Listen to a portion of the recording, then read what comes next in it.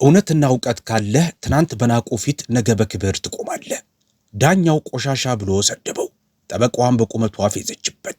ነገር ግን የ10 ዓመቱ አንድሬ ወደ ችሎቱ የገባው ለጨዋታ ሳይሆን የቤተሰቡን ክብር ለማስመለስና የከተማዋን እጅግ ኃያል ሰው ጉድ ለማውጣት ነበር። በአንድ ያረጀ የቆዳ ቦርሳ ውስጥ የተደበቀው ምስጢር 22 ዓመት ሙሉ ተደብቆ የኖረውን ግፍ ፍርስርሱን ሲያወጣው ተመልከቱ። እውነት ከስልጣን በላይ መሆኗን ያስመሰከረበትንና አንድ ተራ ሕፃን ስርዓቱን የገለበጠበትን ይህንን አስገራሚ እውነተኛ ታሪክ እስከ መጨረሻው ተከታተሉ። ወደ ታሪኩ ወሳኝ ምዕራፍ ከመሄዳችን በፊት እናንተስ ይህንን አስገራሚ ታሪክ ከየት እየተከታተላችሁን ነው? ያላችሁበትን ከተማ ወይም ሀገር ኮሜንት ላይ ጻፉልን። እንዲሁም እንደ አንድሬ ለእውነትና ለፍትህ የምትቆሙ ከሆነ ይህንን ቪዲዮ ላይክ በማድረግ አበረታቱን። ለቻናላችን አዲስ የሆናችሁ ደግሞ ለቀጣይ ገራሚ ታሪኮች ሰብስክራይብ ማድረጋችሁን እንዳትረሱ። አሁን ቀጥታ ወደ አንድሬና ወደ ዳኛው ፍጥጫ እንመለስ። ይህ በሃድሊ ደቡብ ካሮላይና ውስጥ የሚገኝ ታሪክ ነው። የህዝብ ብዛት 9000፣ አንድ ዋና መንገድ፣ አንድ የቅናሽ መደብር፣ 2 አብያተ ክርስቲያናትና በደጆቿ ከሚያልፉት አብዛኛዎቹ ሰዎች ዕድሜ የሚበልጥ የፍርድ ቤት ህንፃ ያላት ከተማ። በእሁድ ከሰዓት በኋላ በሃድሊ ውስጥ በመኪና ብታልፉ ቦታውን ማራኪ ልትሉት ትችላላችሁ። በመንገዱ ዳር የተሰለፉትን የዋርካ ዛፎች፣ የድሮ ጡብ ሱቆችንና በእያንዳንዱ በረንዳ ላይ የተሰቀሉትን የአሜሪካ ባንዲራዎች ልታስተውሉ ትችላላችሁ። በጥንቃቄ ካልተመለከታችሁ በቀር የማታስተውሉት ግን ያ በመካከላቸው ያለውን መስመር ነው። በማንኛውም ካርታ ላይ የተሳለ መስመር አይደለም፣ ማንም የማይናገርለት መስመር። የከተማዋ ጉድጓዶች በሚጠገኑበት ጎንና በማይጠገኑበት ጎን መካከል ያለ መስመር። አዳዲስ ዘመናዊ ህንፃዎች በሚገነቡበትና አሮጌ ህንፃዎች በሚፈርሱበት ጎን መካከል። የህንፃ ተቆጣጣሪዎች ፈጽሞ በማይመጡበት ጎንና በየሁለት ወሩ ብቅ በሚሉበት ጎን መካከል። ሃድሊ እየለማች ነበር። እነሱ የሚጠቀሙበት ቃል እርሱ ነበር። ልማት፣ እድገት፣ መነቃቃት። እውነተኛ ትርጉሙ ግን ይህ ነበር። በከተማዋ ደቡባዊ ክፍል የሚገኙ በጥቁሮች የተያዙ ትናንሽ ንግዶች አንድ በአንድ እየጠፉ ነበር። የፀጉር ቤት፣ ልብስ ማጠቢያ፣ ለ40 ዓመታት የቆየ ግሮሰሪ፣ እያንዳንዱ ሱቅ አንዳንዴ በፈቃደኝነት አንዳንዴ ደግሞ ሳይወዱ በግድ ዊትመር ዴቨሎፕመንት ግሩፕ ለተባለ ኩባንያ ይሸጡ ነበር። እናም በማንኛውም ጊዜ ክርክር ሲነሳ፣ ማንኛውም ጥቁር ቤተሰብ ለመታገል ሲሞክር ጉዳዩ የሚያርፈው በአንድ ጠረጴዛ ላይ ነበር። በዳኛ ፕሪስቴን ካልድዌል ጠረጴዛ ላይ። ካልድዌል በመንበሩ ላይ ለ22 ዓመታት ቆይቷል።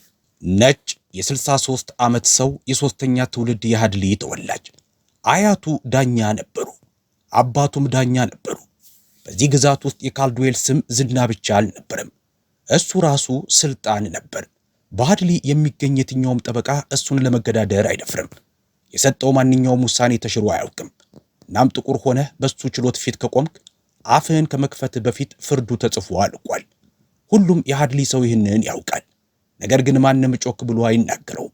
ምክንያቱም ይህንን በግልጽ የተናገረ የመጨረሻው ሰው ጄምስ የተባለ ወጣት ጥቁር ጠበቃ ነበር። በፍርድ ቤቱ አድሎ ላይ ቅሬታ ካቀረበ በኋላ በአንድ ዓመት ውስጥ ለ3 ጊዜ የገቢዎች ምርመራ ተደረገበት። የቢሮ ኪራዩ በእጥፍ ጨመረ እና ትልቁ ደንበኛው በድንገት ጥሎት ሄደ። መልእክቱ ግልጽ ነበር።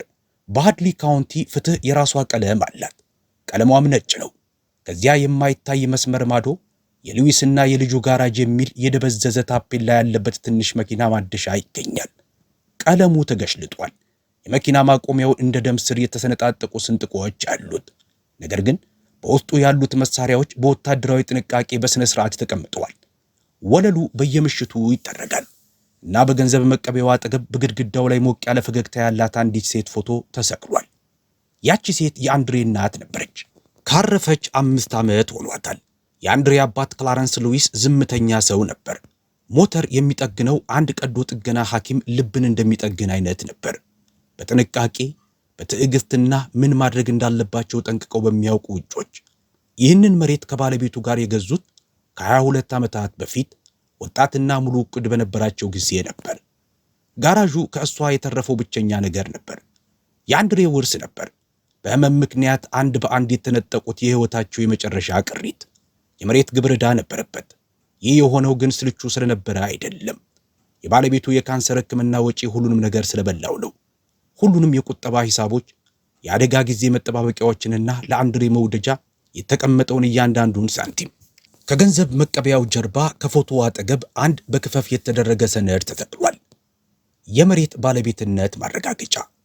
ክላረንስ አልፎ አልፎ ሰነዱን እያመለከተ ይህ ወረቀት ማለት የእኛ የሆነውን ሊወስዱ አይችሉም ማለት ነው ይላል። እንዲያ ብሎ ማመን ነበረበት። አሁን ደግሞ አንድሬን ተዋወቁ። መኝታ ቤቱ የ10 ዓመት ልጅ ክፍል አይመስልም። ምንም ፖስተሮች የሉም። ወለሉ ላይ የተበታተኑ አሸንጓሊቶች የሉም። ይልቁንም ከግድግዳው ጋር የተጣጋ አንድ ነጠላ አልጋ፣ በመጽሐፍ የተሞላ ጠረጴዛ፣ ስለ ንብረት ሕግ፣ ስለ ፍትሐ ብሔር ስነ ስርዓት፣ ስለ ውል ክርክሮች የሚያወሩ መጽሐፍትና በግድግዳው ላይ እንደ መርማሪዎች መረጃ ሰሌዳ የተለጠፉ ማስታወሻዎች። የተለያዩ ማስታወሻዎችን እርስ በርስ የሚያገናኙ የክር መስመሮች ይታያሉ። ስሞች፣ ቀናት፣ የክስ መዝገብ ቁጥሮች። እናቱ በ6 ዓመቱ ከሞተች ወዲህ አንድሬ እንደ ማንኛውም ተራ ልጅ መሆኑ አብቅቷል። ይህ የሆነው በምርጫው ሳይሆን በሕይወት ክብደት ሳቢያ ነው።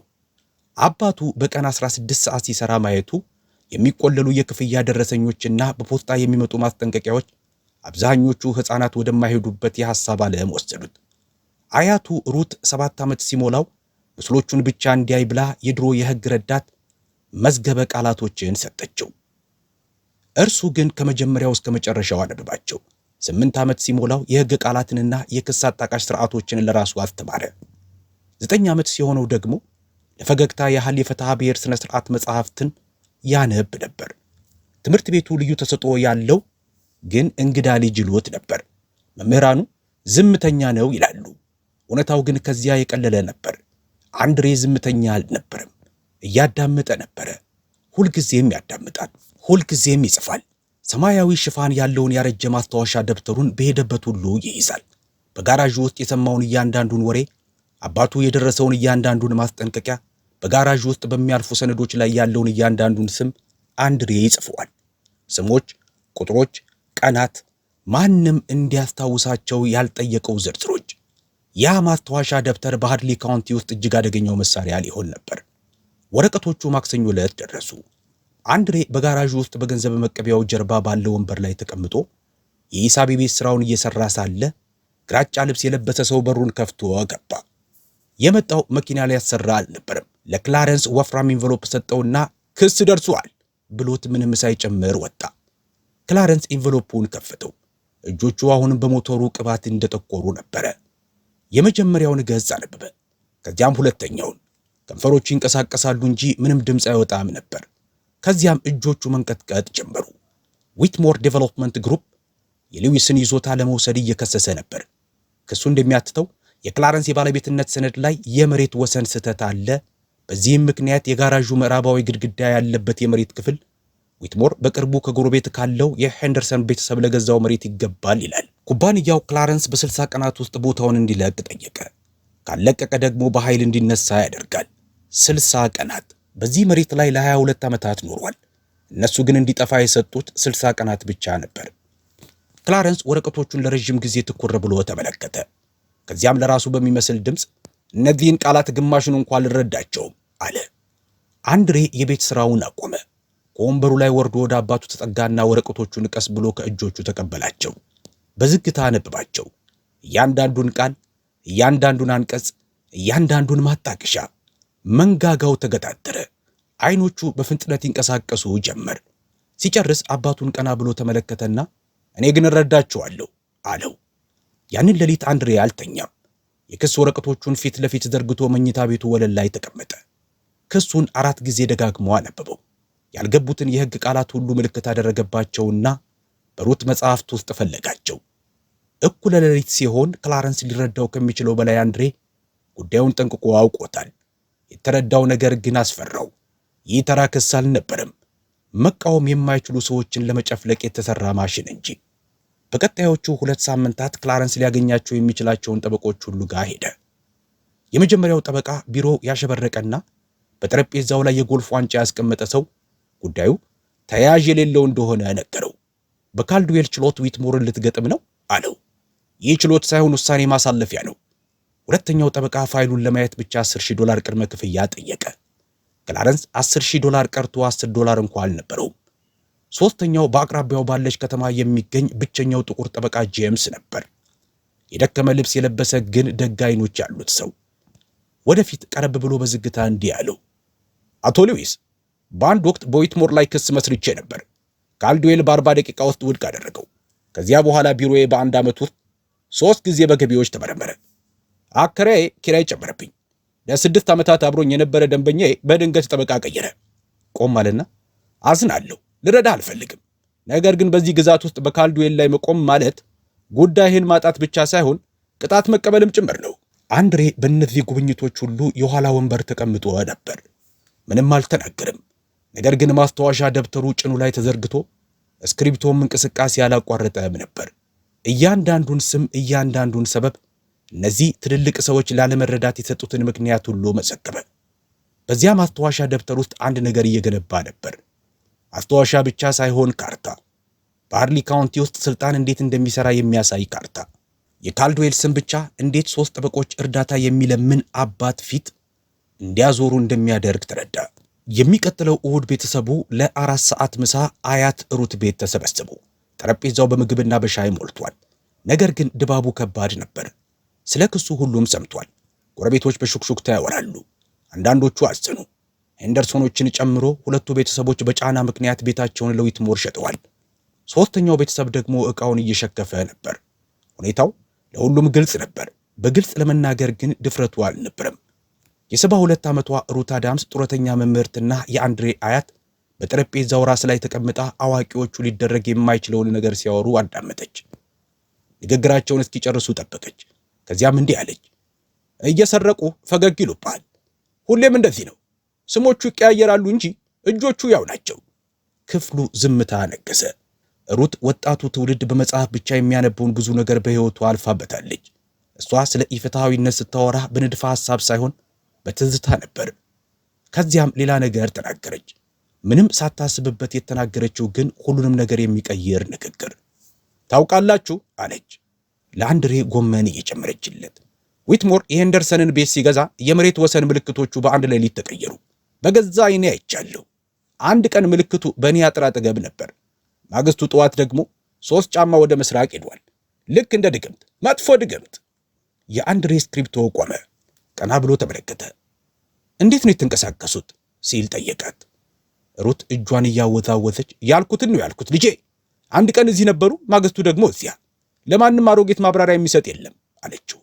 አንድሬ በቀረው የምሳ ሰዓት ምንም ቃል አልተናገረም።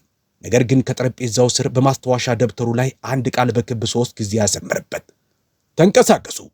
ያንን ሌሊት በመኝታ ቤቱ ውስጥ መብራት እስከ እኩለ ሌሊት፣ እስከ 1 ሰዓት፣ እስከ 2 ሰዓት አልጠፋም ነበር። የሩት መጽሐፍት ወለሉ ላይ ተዘርግተዋል። የክስ ወረቀቶቹ ግድግዳው ላይ ተለጥፈዋል። ከጋራዡ አምጥቶ በጠረጴዛው መብራት አጠገብ ያስቀመጠው የመሬት ባለቤትነት ሰነድም በዚያው አለ። አንድሬ ቁጥሮቹን በግራፍ ወረቀት ላይ በቀለም እርሳሶች እየገለበጠ መስመሮቹን እየሳለና የመሬት ወሰኖቹን እያነጣጠረ ነበር። ጣቶቹ 2 የተለያዩ መስመሮችን ተከተሉ። አንዱ ከመጀመሪያው ሰነድ፣ ሌላኛው ደግሞ ከክሱ የመጣ። አይገጣጠሙም ነበር። አይኖቹ ጠበቡ። ከሌሊቱ 8 ሰዓት ከ15 ላይ ክላረንስ በሩን አንኳኳ። ልጄ ተኛ አለው። እተኛለሁ አባቴ አለ። አልተኛም ግን እስከ ንጋት ድረስ በግራፍ ወረቀቶቹ ላይ ጎንበስ ብሎ ደጋግሞ ሲያረጋግጥ አደረ። እናም ከጠዋቱ 10 ሰዓት አካባቢ አንድ ጥሩ ሰው ተኝቶ በሚጨነቅበትና በሚጸልይበት በዚያ ጸጥተኛ ቤት ውስጥ የ10 ዓመት ልጅ ሁሉንም ነገር የሚፈታውን ክር አገኘ። እዚህ ጋር ላቁም፣ ምክንያቱም ሁሉንም ነገር የሚወስነው ቅጽበቴ ነው። አንድ የ10 ዓመት ልጅ ከጠዋቱ 10 ሰዓት ላይ መኝታ ቤቱ ወለል ላይ ተቀምጦ ያገኘው ሚስጥር፣ አባቱ የሚወደውን ሴት ያስታወሰበትን ብቸኛ ቅርስ ሊያጣ ጥቂት ቀናት ቀርተውታል። 3 ጠበቆች አይሆንም አሉ። ዳኛው ሙሰኛ ነው። ስርዓቱ የተጭበረበረ ነው።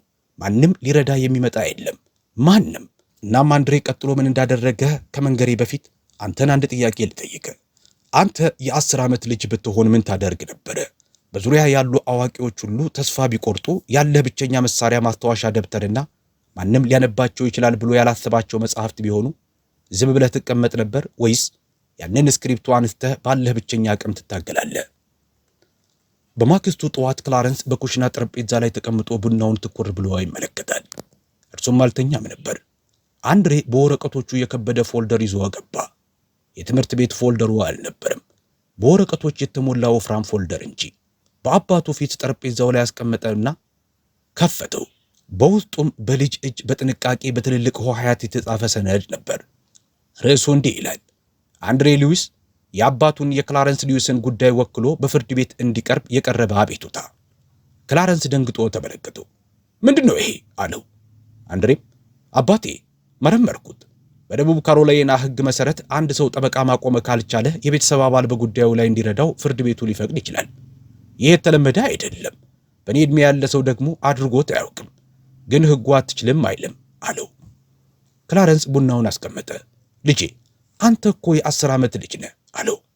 አንድሬም እነሱ ተሳስተዋል አባቴ፣ ዋናው ቁም ነገር እሱ ነው ሲል መለሰ። ለረጅም ጊዜ ሁለቱም ዝም አሉ። የፍሪጅ ድምፅ ብቻ ይሰማል። ክላረንስ የ10 ዓመት ልጁ በእጁ የጻፈውን ያልገቡትን ግን በሥነ ሥርዓት የተቀመጡ የሕግ አጣቃሾችን የያዘውን ሰነድ ተመለከተ። አይኖቹ ላለፉት ሳምንታት ተሰምቶት በማያውቅ ነገር ተሞሉ። በተስፋ ወዲያውኑ እሺ አላለም። ይልቁንም ልጁን ወደ አያቱ ሩት ቤት ወሰደው። እናቱ ልጁን መክራ ይህ ሞኝነት ነው፣ ጠብን ለአዋቂዎች ተው ትለዋለች ብሎ አስቦ ነበር። ሩት ግን አዳመጠች። በበረንዳዋ ወንበር ላይ ተቀምጣ አንድሬ የሚለውን ሁሉ ሰማች። ሲጨርስ ለረጅም ጊዜ ዝም አለች። ከዚያም ተነስታ ወደ ውስጥ ገባችና አንድሬ አይቶት የማያውቀውን ነገር ይዛ ወጣች። ያረጀ ጠርዞቹ የተሰነጣጠቁ ግን ጠንካራ የሆነ የቆዳ ቦርሳ። ሩት በሁለቱ እጆቿ ይዛው ይህ የአያትህ የኤሊዮት አዳምስ ነበር አለችው። በዚህ ዓለም ላይ ጠበቃ ከመሆን በላይ የሚፈልገው ነገር አልነበረም። በ1961 ለሕግ ትምህርት ቤት አመለከተ። እነሱ ግን መስፈርቱን አታሟላም የሚል ደብዳቤ ላኩለት። ይህ በጨዋነት የተጻፈው ነበር። እውነተኛው ምክንያት ግን የቆዳው ቀለም ነበር። ቦርሳውን ከፈተችው። በውስጡ በቢጫ ወረቀት ላይ በእጅ የተጻፈ ማስታወሻ ነበር። ሕግ የእነዚያ የሚያጠኑት ነው ይላል። ሩት ይህንን ቦርሳ በሕይወቱ ሙሉ በየቀኑ ይይዘው ነበር። ወደ ሥራ፣ ወደ ቤተ ክርስቲያን፣ ወደ ሱቅ፣ በፈለገው መንገድ ሊጠቀምበት ግን አልቻለም አለችው። አይኖቿ በአንድሬ ላይ ተተክለው አንተ ግን ትጠቀምበታለህ አለችው። አንድሬ ቦርሳውን በሁለት እጆቹ ያዘው። የከበደው በውስጡ ባለው ነገር ሳይሆን በሚሸከመው ታሪክ ነበር። ከዚያ ቀን ጀምሮ ለችሎቱ 1 ሳምንት ብቻ ቀረው። አንድሬ እያንዳንዱን ሰዓት ተጠቀመበት። በሃድሌ የሕዝብ ቤተ መጻሕፍት ውስጥ ወለል ላይ ተቀምጦ ስለ ንብረት ሕግ በሚያወሩ መጽሐፍ ተከበበ።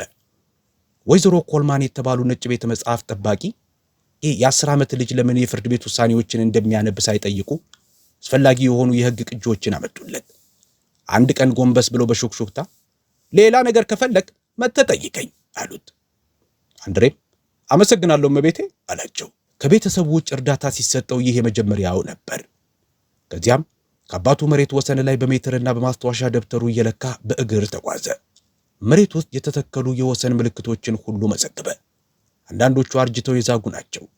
አንዳንዶቹ ደግሞ አዲስና ቀጥ ያሉ ይመስላሉ። ሁሉንም ልኬቶች መዘገበ። ወደ ሃድሊ ካውንቲ የመዝገብ ቤትም ሄደ። አንድ የ10 ዓመት ልጅ ጠረጴዛው ፊት ቆሞ የአባቱንና የዊትሞርን መሬት የመጀመሪያ የባለቤትነት ሰነዶች ጠየቀ። ታኒያ ሙር የተባለችው ሰራተኛ ለጥቂት አመነታች። በእነዚያ ፋይሎች ውስጥ ምን እንዳለ ታውቃለች። ልጁን አየችው። በእጆቹ የያዘውን የቆዳ ቦርሳ አየችው። ከዚያም በዝግታ ፋይሉን አወጣችለት። ምንም ቃል አልተናገረችም። ነገር ግን አስተያየቷ በመጨረሻ የሚመረምር ሰው መጣ የሚል ነበር። በአያቱ ሩት ቤት ጠረጴዛው ላይ እንደ ቼስ ሰሌዳ የተደረደሩ ማስታወሻዎች ነበሩ። አንድሬ ጥያቄዎችን ሲለማመድ፣ ሩት ደግሞ ተቃዋሚ ጠበቃ ሆና ትሞግተዋለች። ምንም አላዘነችለትም። ክብርነታቸው ይህ ተወካይ ሕፃን ነው ስትል ትቃወማለች። አንድሬም እመቤቴ ሕግ ለእውነት የዕድሜ ገደብ የለውም ብሎ ይመልሳል። ለ5 ቀናት ተለማመዱ። ሩት ታቋርጠዋለች፣ ታሾፍበታለች፣ ትገፈዋለች። ዝግጁ እንዲሆን ፈለገች። ለፍትሐዊ ችሎት ሳይሆን ለካልድዌል ችሎት። በሳምንቱ መጨረሻ አንድሬ ያለምንም ማስታወሻ መከራከርና ማስረጃ ማቅረብ ቻለ። በመጨረሻው ሌሊት ሩት የአንድሬን ብቸኛ ምርጥ ሸሚዝ ተኮሰችለት። አንድሬ የተሰነጣጠቀውን ጫማውን በራሱ ወለወለ። ያንን ትልቅ የቆዳ ቦርሳ አዘጋጀ። በዚያ ቦርሳ ውስጥ ከፎልደሮቹና ከማስታወሻዎቹ መካከል አንድሬ ከመዝገብ ቤት ያገኘውና ሁሉም ነገር የሚቀይር አንድ ምስጢር ነበር። ማንም ዊትሞርም፣ ጠበቃውም፣ ዳኛ ካልድዌልም ማንም ሰው ያገኘዋል ብሎ ያልጠበቀው ምስጢር። ግን ይህ የሆነው ቆይቶ ነው። በችሎቱ ቀን ጠዋት ከውጭ ጭጋግ ነበር። የጋራዡ ታፔላ በኩሽና መስኮት በኩል ይታያል። አሁንም እንደደበዘዘ፣ አሁንም እንደቆመ። ክላረንስ ለባለቤቱ ቀብር የለበሰውን ምርጥ ልብሱን ለበሰ። አንድሬ ደግሞ የተተኮሰ ሸሚዙን ለበሰ። እጅጌው አሁንም በትንሹ ይረዝምበት ነበር። ሁለቱም ብዙም አላወሩም። በበሩ ላይ ክላረንስ ተንበረከከና የልጁን ትከሻ በሁለት እጆቹ ያዘው። እዚያ ውስጥ ምንም ይሁን ምን በአንተ ኮራለሁ አለው። አንድሬ አባቱን ተመለከተውና አባቴ ከእውነት ውጭ ምንም የሚሆን ነገር የለም አለው። ያ ያረጀ መኪና በሁለተኛ ሙከራ ተነሳ። በከተማው ውስጥ በዝምታ ተጓዙ። በቅናሽ መደብሩ የአንድሬ እናት የተቀበረችበት ቤተክርስቲያንና የዌትሞር ቅንጦት ቤቶች ማስታወቂያ ባለበት ሰሌዳ አጠገብ አለፉ። የሃድሊ የወደፊት ተስፋ ይላል ማስታወቂያው። አንድሬ ትኩር ብሎ ተመለከተው። የቆዳ ቦርሳውን የያዙ እጆቹ ጠረሩ። ፍርድ ቤት ደረሱ። አንድሬ የቆዳ ቦርሳውን በሁለት እጆቹ ይዞ ከመኪናው ወረደ። ሸሚዙ ተኩስ የጠገበ፣ ጫማው የተሰነጣጠቀ ግን የሚያበለጨልጭ ነበር። ይህ ከመጀመሪያው ጀምሮ ሲጠበቅ የነበረው ቅጽበት ነበር።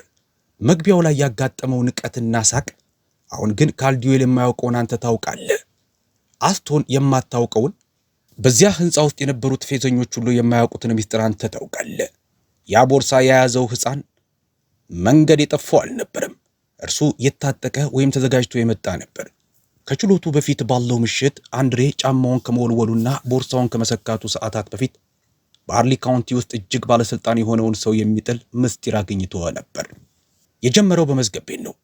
አንድሬ ሁለት ሰነዶችን እያነጻጸረ ነበር። ወላጆቹ መሬቱን ሲገዙ ከ22 ዓመታት በፊት የተመዘገበው ዋናው የባለቤትነት ሰነድና ዊትሞር ከክሱ ጋር ያያያዘው የወሰን ልኬቱ እንደሚለው የሉዊስ መሬት ወሰን ክላረንስ ከሚያውቀው በ14 ጫማ ወደ ምስራቅ ይርቃል። 14 ጫማ። የጋራዡን ምዕራባዊ ግድግዳ በዊትሞር መሬት ውስጥ ለማስገባት በቂ ርቀት። ነገር ግን አንድሬ ዋናውን የመሬት ካርታ በዊትሞር ካርታ ላይ ደርቦ ሲመለከተው ቁጥሮቹ አልገጠሙም። የመነሻ ነጥቡ የተለየ ነበረ። የዊትሞር ልኬት የተጠቀመው የጂፒኤስ መጋጠሚያዎች ከዋናው የመሬት ምልክት ልክ በ14 ጫማ የተዛቡ ነበሩ። በአጋጣሚ ሳይሆን ሆን ተብሎ የሉዊስን መሬት ለመስረቅ የሚያስችል ርቀት። አንድሬ ሩት በምሳ ሰዓት የተናገረችውን አስታወሰ። ምልክቶቹ በአንድ ሌሊት ተንቀሳቀሱ። ስለዚህ ቀጥሎ የጎረቤቱን የሄንደርሰንን መሬት ልኬት አረጋገጠ። ያንንም ልኬት የሰራው ያው ባለሙያ ዋልተር ጊብሰን ነበር። ያው መዛባት፣ ያው አቅጣጫ፣ ያው 14 ጫማ፣ ሁለት ይዞታዎች፣ አንድ መሐንዲስ፣ አንድ አይነት ለውጥ፣ አንድ ኩባንያ፣ አንድ አይነት ውጤት።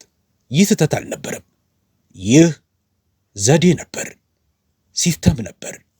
አንድሬ በማስታወሻ ደብተሩ ላይ እንዲህ ሲል ጻፈ። ጊብሰን ወሰኑን አነቃንቆታል፣ ለሄንደርሰን አድርጎታል። አሁን ደግሞ በእኛ ላይ እያደረገው ነው። ነገር ግን ትልቁ ሚስጥር ይህ አልነበረም። ትልቁ ሚስጥር ከ20 ደቂቃ በኋላ መጣ። አንድሬ የካውንቲውን የፋይናንስ መግለጫ መዛግብት እየገለበጠ ነበር። በሃርሊ ካውንቲ የሚመረጥ ማንኛውም ባለስልጣን በየዓመቱ ማስገባት ያለበት ሰነድ ነው። አብዛኛው የ10 ዓመት ልጅ እንዲህ ያለ ሰነድ መኖሩን እንኳ አያውቅም። አንድሬ ግን እንደ ማንኛውም ልጅ አይደለም። በሩት መጽሐፍት ውስጥ ስለ ዳኞች የጥቅም ግጭት አንብቧል። ቁልፍ የሆነውን አረፍተ ነገር እንዲህ ሲል አስምሮበታል። አንድ ዳኛ ገለልተኛነቱ ጥያቄ ውስጥ ሊወድቅ በሚችልበት በማንኛውም ሂደት ውስጥ ራሱን ከችሎቱ ማግለል አለበት። ይህም ከዳኛው ጋር የገንዘብ ግንኙነት ካለው ወገን ጋር የተያያዙ ጉዳዮችን ይጨምራል። በገጽ 9 ላይ በዳኛ ፕሪስተን ካልድዌል የቅርብ ጊዜ መግለጫ ውስጥ የተቀበለች አንዲት መስመር ሊያመልጠው ለጥቂት ነበር። እንዲህ ትላለች። የኢንቨስትመንት ጥቅም ዊትሞር ዴቨሎፕመንት ግሩፕ የተገዙ አክሲዮኖች ዋጋ $185,000። አንድሬ ደጋግሞ አነበበው። በዊትሞርና በሉዊስ ቤተሰብ መካከል ያለውን ክስ እንዲዳኝ የተመደበው ሰው ራሱ በዊትሞር ኩባንያ ውስጥ ባለቤት ነበር። ዊትሞር የሚወስደው እያንዳንዱ መሬት ካልድዌልን ባለጸጋ ያደርገዋል። ዊትሞርን የሚደግፍ እያንዳንዱ ውሳኔ በቀጥታ በካልድዌል ኪስ ውስጥ ገንዘብ ይጨምራል። ዳኛው ገለልተኛ አልነበረም። ዳኛው ጠላት ነበር። ይህ ሁሉ በመዝገብ ቤት ለዓመታት ተቀምጦ የሚያየው ሰው ሲጠባበቅ ነበር። ማንም አላየውም። ጠበቆቹ፣ ሌሎቹ ዳኞች፣ ጋዜጠኞች፣ ፖለቲከኞች፣ ማንም አላየውም። አንድ የ10 ዓመት ልጅ ግን አየው። አንድሬ ለረጅም ጊዜ ጠረጴዛው ላይ ተቀመጠ። እጆቹ ይንቀጠቀጡ ነበር፣ ከፍርሃት ሳይሆን ከመረዳት። በካልድዌል ችሎት ለምን እያንዳንዱ ጥቁር ቤተሰብ እንደሚሸነፍ በመጨረሻ ገባው። ስርዓቱ ለምን በእነሱ ላይ እንደሚሰራ ተረዳ። ጉዳዩ አድሎ ብቻ ሳይሆን ትርፍም ጭምር ነበር። ከዚያም አንዲት ትንሽ ካርድ አወጣና አንድ ጥያቄ ጻፈባት። ከስሯ 2 ጊዜ አሰመረባት። በቆዳ ቦርሳው የፊት ኪስ ውስጥ ከተታት። በዚያች ምሽት አንድ የ10 ዓመት ሕፃን በሃርሊ ካውንቲ ውስጥ እጅግ ኃያል የሆነውን ሰው በእጁ መዳፍ ውስጥ አስገብቶት ነበር። ካልድዌል ግን ምንም የሚያውቀው ነገር አልነበረም። ችሎት ቢ የእንጨት ግድግዳዎች የአሜሪካ ባንዲራ የተሰቀለበት ሲሆን በክፍሉ ውስጥ 30 የሚሆኑ ሰዎች ተገኝተዋል። አብዛኞቹ ከደቡብ በኩል የመጡ ጥቁር ቤተሰቦች ናቸው። የሉዊስ ጉዳይ የእነሱም ጉዳይ እንደሆነ ያውቃሉ።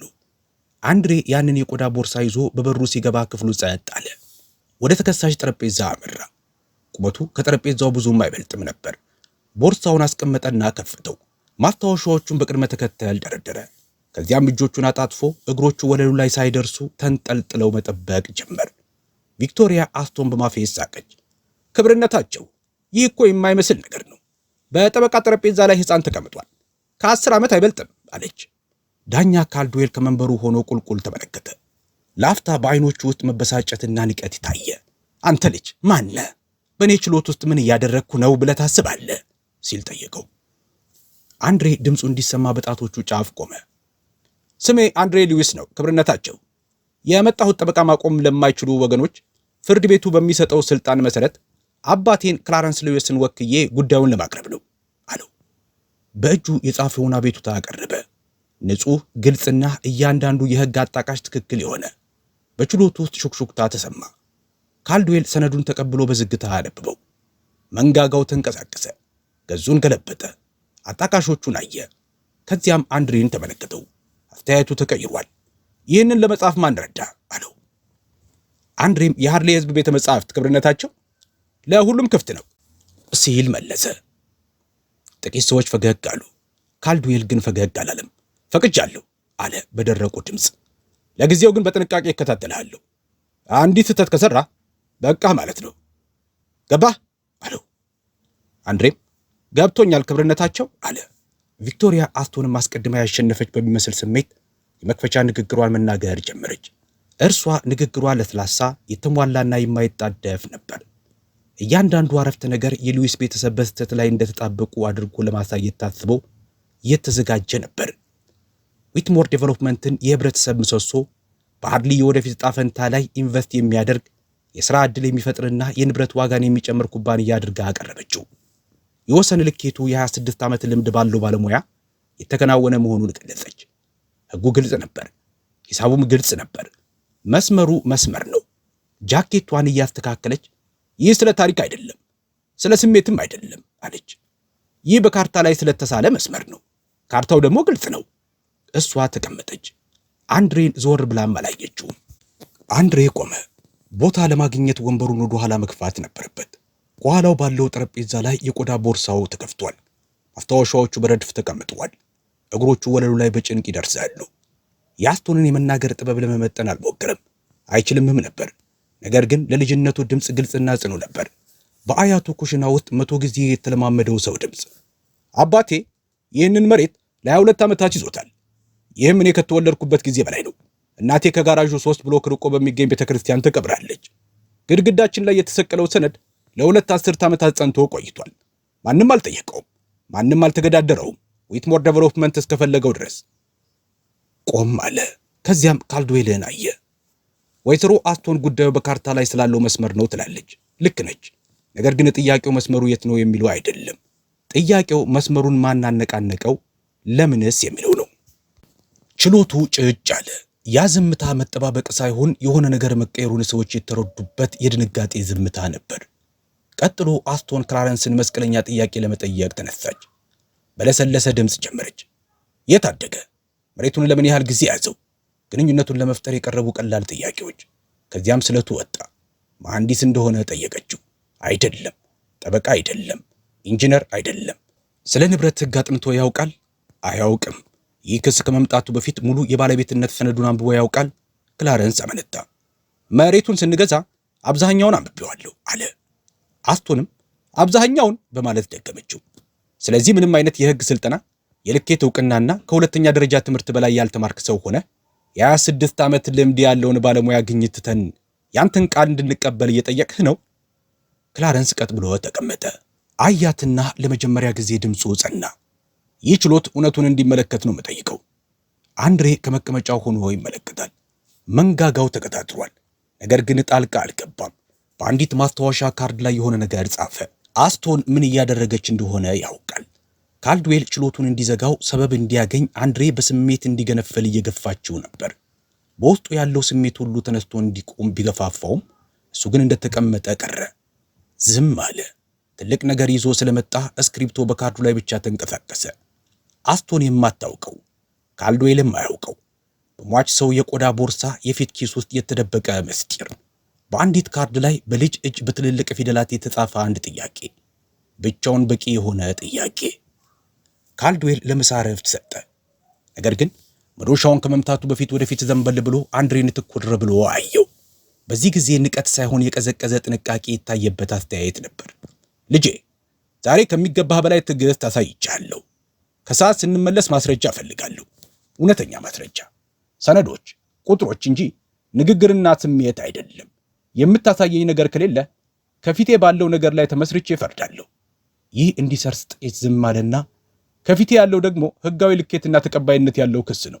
ግልጽ ነው አለው። አንድሬም አዎ ክብርነታቸው አለ።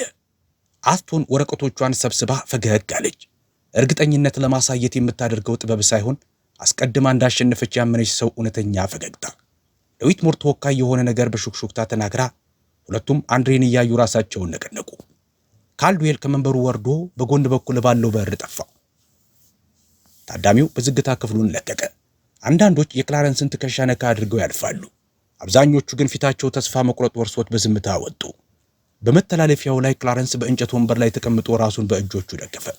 ምንም አልተናገርም። አያስፈልገውም ነበር። የሰውነቱ ሁኔታ ሁሉንም ነገር ይናገራል። የጀርባው መጉበጥ፣ ጣቶቹ ግንባሩን የጫነበት መንገድ፣ የ22 ዓመት ልፋት፣ የባለቤቱ ትዝታ፣ የልጁ የወደፊት ዕጣ፣ ሁሉም አስቀድሞ በተወሰነ በሚመስል ችሎት ላይ ተንጠልጥለዋል። አንድሬ በመስኮቱ በኩል ከተማዋን፣ የቤተ ክርስቲያኑን ጫፍና የዊትሞሩን ማስታወቂያ ይመለከታል። ይህ ሁሉ ከጀመረ ወዲህ ለመጀመሪያ ጊዜ ጽናቱ በትንሹ ተናወጠ። የቦርሳውን ማሰሪያ የያዘው እጁ ተንቀጠቀጠ። ቦርሳው ከወገቡ ጋር እኩል ይረስማል። ከመስኮቱ ፊት ለፊት ሲታይ በጣም ትንሽ ይመስላል። ለዕድሜው የማይመጥን ከባድ ነገር የተሸከመ ሕፃን። ከዚያም ቦርሳውን ከፈተ። ከፊት ኪሱ ውስጥ ያችን አንዲት ጥያቄ የያዘችዋን ካርድ አወጣ። ከንፈሮቹ እየተንቀሳቀሱ በዝምታ አነብባት። አንዴ፣ ሁለቴ፣ አተነፋፈሱ ረጋ፣ እጆቹ ጽኑ፣ ፊቱም ተረጋጋ። ቦርሳውን ዘግቶ በሁለት እጆቹ ያዘው። ተዘጋጅቷል። በዚያ ቅጽበት ካልድዌል በመተላለፊያው ላይ ታየ። ወደ አንድሬ ቀስ ብሎ መጣ። ከዚያም አይን ላይ እንዲገጣጠሙ ቁጭ አለ። አንድሬ የቡና ሽታውን እስከሚያሸት ድረስ ተጠጋው። ይህ ድርጊት ግልጽ መልእክት ነበረው። አንድ አዋቂ ሰው ከልጁ ቁመት ጋር እኩል ዝቅ የሚለው በደግነት ሳይሆን ስልጣኑን ለማሳየት ነው። ልክ ውሻን ለማናገር ዝቅ እንደሚባል አይነት። ልበ ሙሉ ነህ ልጄ፣ እሱን እመሰክርልሃለሁ አለው። ድምፁ ዝቅ ያለ ለስላሳና ሞቅ ያለ ይመስላል። ነገር ግን በኔ ችሎት ውስጥ ልበ ሙሉነት አያሸንፍም። የሚያሸንፈው ምን እንደሆነ ታውቃለህ? መሸነፍህን በጊዜ ማወቅ ነው። ቀጥ ብሎ ቆመ። ለአባትህ ንገረው፣ ዊትሞር የሰጠውን ማንኛውንም ነገር እንዲቀበል፣ ራስህንም አባትህንም ከውርደት አድን። አንድሬ ዳኛ ካልድዌልን ያንን ቆሻሻ አይጥ ብሎ የጠራውን አባቱን ቆሻሻ ያለው ላለፉት 22 ዓመታት ማን ዋጋ እንዳለውና ማን እንደሌለው ሲወስን የኖረውን ሰው ትኩር ብሎ አየውና እንዲህ አለው፣ እኔ ምንም አይነት ሌላ ሐሳብ የለኝም ዳኛ ካልድዌል፣ እኔ ያለኝ እውነት ብቻ ነው። አንድ ጥያቄ ያለኝ። የካልድዌል ፈገግታ አልጠፋም። ነገር ግን በትንሹ ቀጠለ። ልክ ለ20 ዓመታት ተገዳዳሪ ባልገጠመው ሰው ጥሩር ላይ እንደታየች ትንሽ ስንጥቅ። ከዚያም ሌላ ቃል ሳይጨምር ዘወር ብሎ ሄደ። ከፍርድ ቤቱ ውጭ በግቢው ውስጥ ባለው አሮጌ የዋርካ ዛፍ ስር የጥቁር ማህበረሰብ አባላት ተሰብስበው ነበር። ሩትም በመካከላቸው ነበረች። አላለቀሰችም። ይልቁንም አይኖቿን ጨፍና እጆቿን አጣጥፋ አግዳሚ ወንበር ላይ ተቀምጣ ትጸልይ ነበር። ድምጿን ከፍ አድርጋ አልነበረም። ለሰው እንዲታየላትም አልነበረም። እውነቱን በሞላ የቆዳ ቦርሳ ተሸክሞ ሊደቁሳት በሚፈልጉ ሰዎች ወደ ተሞላ ክፍል የገባው የ10 ዓመት ልጅ እጁ እንዳይነቀነቅ ፈጣሪን የምትለምን አያት እንጂ። አንዲት ጎረቤት እጇን በሩት ትከሻ ላይ አድርጋ ሩት፣ ያ ልጅ እዚያ ውስጥ ምንም እድል እንደሌለው ታውቂያለሽ አለቻት። ሩት አይኖቿን በዝግታና በእርግጠኝነት ከፈተች። ያ ልጅ ለዚህ ቀን ሕይወቱን ሙሉ ሲዘጋጅ ቆይቷል፣ እሱ ራሱ ባያውቀውም እንኳ አለች። ፋይሎቹን ያወጣችው የመዝገብ ቤት ሰራተኛ ታንያ ሙር ከፍርድ ቤቱ መከታ ላይ ሆና ትመለከት ነበር። ለምሳ አልሄደችም። ለመብላት በጣም ተጨንቃ ነበር። አንድሬ በእነዚያ መዛግብት ውስጥ ምን እንዳገኘ ታውቃለች። የካልድዌልን የፋይናንስ መግለጫ ገጽ 9 ላይ ሲያነብ አይኖቹ ሲረግቡ እና በሚንቀጠቀጡ እጆቹ ቁጥሮቹን በማስታወሻ ደብተሩ ላይ ሲገለብጥ ያየችው እሷ ነበረች። ምንም አልተናገረችም። ስራዋን ሰርታለች። ለአንድ ዜጋ ህዝባዊ መረጃን እንዲያገኝ ፈቅዳለች። አሁን ግን ያ በቂ እንዲሆን ተመኘች። የፍርድ ቤቱ ደውል ተደወለ። ምሳ ተጠናቀቀ። አንድሬ ሸሚዙን አስተካክሎ ቦርሳውን በሁለቱ እጆቹ ያዘ። ክላረንስ ቆመ። ረጅሙ ሰውና ትንሹ ልጅ ተያዩ። ከዚያም ጎን ለጎን እግር በእግር ወደ ፍርድ ቤቱ በሮች ተመልሰው ገቡ። ለከሰዓቱ ችሎት በሩ ሲዘጋ 30 ሰዎች ትንፋሻቸውን አሳጠሩ። ምክንያቱም አንድ የ10 ዓመት ጥቁር ሕፃን በሃድሊ ካውንቲ ውስጥ የትኛውም ጠበቃ፣ ፖለቲከኛ ወይም አዋቂ ደፍሮት የማያውቀውን ነገር ሊያደርግ ነበር። ዳኛ ፕሪስተን ካልድዌልን አይን ለአይን እያየ አጭበርባሪ ሊለው። የከሰዓቱ ችሎት በዝምታ ተጀመረ። ልክ ደረት ላይ እንደሚጫን አይነት ከባድ ዝምታ ሰፈነ። ታዳሚው ከበፊቱ በለጠ። በምሳ እረፍት ጊዜ ወሬው ተሰራጭቶ ነበር። ሰዎች ከኋላ በኩል ግድግዳውን ተደግፈው ቆመዋል። ፊታቸውንም ከፍርድ ቤቱ በር መስኮት ጋር አጣብቀዋል። አንድሬ ቆመና ክብርነታቸው ምስክር መጥራት እፈልጋለሁ አለ። ካልድዌል ቅንድቡን ከፍ አደረገ። ምስክር አለህ? አዎ ጌታዬ፣ ዊትሞር ዴቨሎፕመንት ያቀረበውን የወሰን ልኬት የሰራው ባለሙያ ዋልተር ጊብሰንን። አስቶን ወዲያውኑ ቆመች። መቃወሚያ፣ አቶ ጊብሰን የኛ ምስክር ነው አለች። ካልድዌል ላፍታ አንድሬን ተመለከተ። ጥያቄውን ውድቅ ለማድረግ ዝግጁ ይመስል ነበር። ነገር ግን 30 ሰዎች እየተመለከቱት ነው። መስጋቢውም እየመዘገበ ነው። ስለዚህ ተከሳሹ መስቀለኛ ጥያቄ መጠየቅ መብት አለው። መቃወሚያው ውድቅ ተደርጓል አለ። ዋልተር ጊብሰን ወደ ምስክርነት መንበሩ ወጣ። በአምሳዎቹ ዕድሜ የሚገኝ ግንባሩ የሸሸና በግንባሩ ላይ ላብ የጠቆረበት ግዙፍ ሰው ነበር። ተቀመጠ። ማይክሮፎኑን አስተካክሎ አንድሬን ተመለከተ። በ10 ዓመት ልጅ እጠየቃለሁ ብሎ አልጠበቀም ነበር። አንድሬ በለሰለሰና በጥንቃቄ ጀመረ። ሩት እንዳስተማረችው አቶ ጊብሰን ዕውቅና ያለው መሐንዲስ ሆነው ለምን ያህል ጊዜ ሰርተዋል? 26 ዓመታት። እናም በዚህ ክስ ላይ የቀረበውን የወሰን ልኬት የሰሩት እርስዎ ነዎት? አዎ ነኝ። ሂደቱን ሊያስረዱኝ ይችላሉ? በተለይም ልኬቱን ከየት ነጥብ እንደጀመሩ? ጊብሰን ተረጋጋ። ይህ የእሱ የሙያ መስክ ነው። የሚያውቀው ሜዳ ነው። የጀመርኩት በዊትሞር መሬት በሰሜን ምዕራብ ጥግ ካለው የካውንቲው መነሻ ምልክት የጂፒኤስ መጋጠሚያዎች ተነስቼ ነው። የተለመደ አሰራር ነው አለ። አንድሬም የተለመደ አሰራር በማለት ደግመው ራሱን ነቀነቀ። ጊብሰን ምቾት እንዲሰማውና እንዲረጋጋ ፈቀደለት። ከዚያም አንድሬ ከቦርሳው ውስጥ 2 ግልጽ ፕላስቲኮችን አወጣ። ካጠናቸው ሰነዶች ላይ የተቀዱና አንዱ በሌላው ላይ የሚደረቡ ካርታዎች ናቸው። አንዱ ከ22 ዓመታት በፊት የነበረውን ዋና የካውንቲ ካርታ ያሳያል። ሌላኛው ደግሞ የጊብሰንን ልኬት ያሳያል። ሁለቱን ደራርቦ ይዞ ወደ ምስክሩ መንበር ተጠጋ። ቁመቱ በጭንቅ ከሃዲዱ ይደርሳል። አቶ ጊብሰን ከ22 ዓመታት በፊት በዚህ ካውንቲ በተመዘገበው ዋና ካርታ ላይ በሰሜን ምዕራብ ጥግ ያለው መነሻ ምልክት የሚገኘው እዚህ ቦታ ላይ ነው ሲል አመለከተ። ነገር ግን በእርስዎ ልኬት ላይ መነሻው እዚህ ጋር ነው ሲል ድጋሚ አመለከተ። ይህ በግምት 14 ጫማ ወደ ምስራቅ ይርቃል። መነሻ ነጥቦ ከዋናው ጋር ለምን እንደማይመሳሰል ሊያስረዱኝ ይችላሉ? ጊብሰን አይኑን አርገበገበ። ተሻሽሎ ስለነበር ነው። በማን ተሻሻለ? የተጠቀምኩት በወቅቱ የነበረውን አዲስ መረጃ ነው። ያ ማሻሻያ ከመዝገብ ቤት የተሰጠ ስለመሆኑ ማስረጃ አለዎት? ዝምታ ሰፈነ። የጊብሰን አፍ ተከፍቶ ተዘጋ። መዛግብቴን ማየት ይኖርብኛል አለ። አንድሬም እኔ አይቼልዎታለሁ አለው። የካውንቲው መዝገብ ቤት ማህተም ያለበትን የተረጋገጠ ደብዳቤ አነሳ። ይህ መሬት ከተመዘገበ ጀምሮ በመነሻ ምልክቱ ላይ የተደረገ ምንም አይነት ማሻሻያ የለም። መዝገብ ቤቱ አረጋግጦታል። ምልክቱ ለ22 ዓመታት አልተንቀሳቀሰም አለ። ጊብሰን በወንበሩ ላይ ተቁነጠነጠ። በግንባሩ ላይ ያለው ላብ አሁን መፍሰስ ጀምሯል። በእጁ ጀርባ ግንባሩን ጠረገ። አንድሬ ዝምታው ለ3 ለ4 ለ5 ሰከንዶች እንዲቆይ ያደረገ። ይህን ከሩት ተምሯል። ዝምታ መሳሪያ መሆኑን ነግራው ነበር። ውሸቱ አየር ላይ እንዲንሳፈፍ ተወው፣ ሁሉም እንዲያሸተው ብላው ነበር። ከዚያም አንድሬ 2ቱን ግልጽ ካርታዎች ጠረጴዛው ላይ አስቀመጠ። ከቆዳ ቦርሳው የፊት ኪስ ውስጥ ያቺን ማስታወሻ ካርድ አወጣ። በጥንቃቄ በትልልቅ ፊደላት ተጽፎ 2 ጊዜ የተሰመረባት ጥያቄ። አቶ ጊብሰን አንድ የመጨረሻ ጥያቄ ያለኝ። ችሎቱ ውስጥ ያለው ጸጥታ ከጣሪያው በላይ የሚሽከረከረው የደጋፊ ድምፅ እስከሚሰማ ድረስ የጠነከረ ነበረ። ባለፈው ዓመት ዊትሞር ዲቨሎፕመንት ለገዛው የሄንደርሰን ይዞታ የሰሩትን የልኬት ውጤትም አግኝቻለሁ። ያው ካውንቲ፣ ያው ሰፈር፣ ያው ደንበኛ። አንድሬ ቆም አለ። በዚያም ልኬት ላይ መነሻ ነጥቡ ከዋናው ምልክት ልክ እንደዚሁ ተዛብቷል። 14 ጫማ፣ ያው አቅጣጫ ወደ ምስራቅ፣ ያው ውጤት ወሰኑ ወደ ዊትሞር ጥቅም ያተነብላል። ጊብሰን ምንም አልተናገረም። የምስክሩን ወንበር የእጅ መደገፊያ በእጆቹ አጥብቆ ስለያዘ የወጣቱ አጥንቶች ነጥተው ይታዩ ነበር። ሁለት ይዞታዎች፣ ያው መሐንዲስ፣ ያው ስህተት፣ ያው ደንበኛ፣ ያው ውጤት። አንድሬ ጊብሰንን ትኩር ብሎ አየው። ድምፁ አልተንቀጠቀጠም። አቶ ጊብሰን፣ ዊትሞር ዴቨሎፕመንት ወይም በእነሱ ስም የሚንቀሳቀስ ማንኛውም አካል ለእነዚህ ልኬቶች የተዛባ መነሻ ነጥብ እንድትጠቀም አዟል። አዎ ወይም አይደለም ብለህ መልስልኝ። የጊብሰን አይኖች ወደ አስቶን አማተሩ። ከዚያም ሳይወድ በግዱ በረዳት አልባነት ወደ ዳኛ ካልድዌል ተመለከተ። ያ እይታ ሁሉንም ነገር ተናገረ። በመሐንዲሱ በኩባንያውና በዳኛው መካከል ያለው ትስስር በአንዲት የፍርሃት እይታ ቁልጭ ብሎ ታየ። ጊብሰን ምራቁን ዋጠና እኔ መረጃው ተሰጥቶኝ ነው የሰራሁት በማለት ተንተባተበ። በማን ተሰጠ? በደንበኛው ቢሮ። ችሎቱ በአንድ ጊዜ በጩኸት ተናወጠ። ሰዎች እርስ በርስ ይነጋገራሉ። አንድ ሰው ጮኸ። አስቶን ቆማ ትቃወማለች። ካልድዌል መዶሻውን ደጋግሞ መታ። ጸጥታ! በዚህ ችሎት ውስጥ ጸጥታ ይከበር። ነገር ግን አንድሬ አልጨረሰም ነበር። ጩኸቱ እስኪቆም ድረስ በትዕግስት ጠበቀ። ያረጀው የቆዳ ቦርሳ ከጀርባው ጠረጴዛው ላይ ተከፍቷል። ያቺ ማስታወሻ ካርድ አሁንም በእጁ ናት። ከዚያም ማንም ያልጠበቀውን ነገር አደረገ። ፊቱን ከጊብሰን አዞረ። ወደ ዳኛው መንበር ዞረ።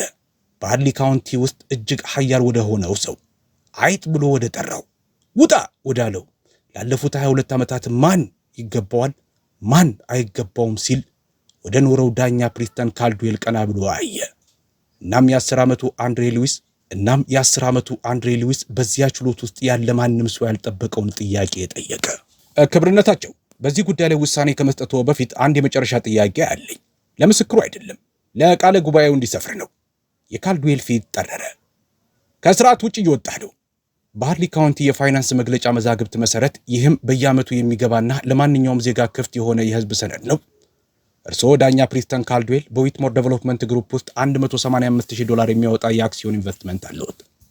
በችሎቱ ውስጥ የነበረ ሰው ሁሉ ትንፋሹን አቆመ። ይህ እውነት ከሆነ ክብርነታቸው፣ ዊትሞር ወደዚህ ችሎት በሚያመጣው እያንዳንዱ ጉዳይ ላይ ይህንንም ጨምሮ የእርስዎ የግል የገንዘብ ጥቅም አለበት። የአንድሬ ድምፅም ሆነ እጆች አልተንቀጠቀጡም። ያንን በቢጫ ቀለም የተቀባውን የገጽ 9 መረጃ በእጁ ይዞ አይኑን ከካልድዌል ፊት ላይ አላነሳም። ጥያቄ ቀላል ነው። ከውሳኔው ትርፍ የሚያገኙ ከሆነ እንዴት ይህንን ጉዳይ በፍትሐዊነት ሊዳኙ ይችላሉ? የፕሪስተን ካልድዌል ፊት ገረጣ፣ ነጣ። መዶሻው አየር ላይ እንደተያዘ ቀረ። አስቶን አፏን ከፍታ የምትናገረው አጥታ ቆማለች። ጸሐፊው መተየቡን አቆመ።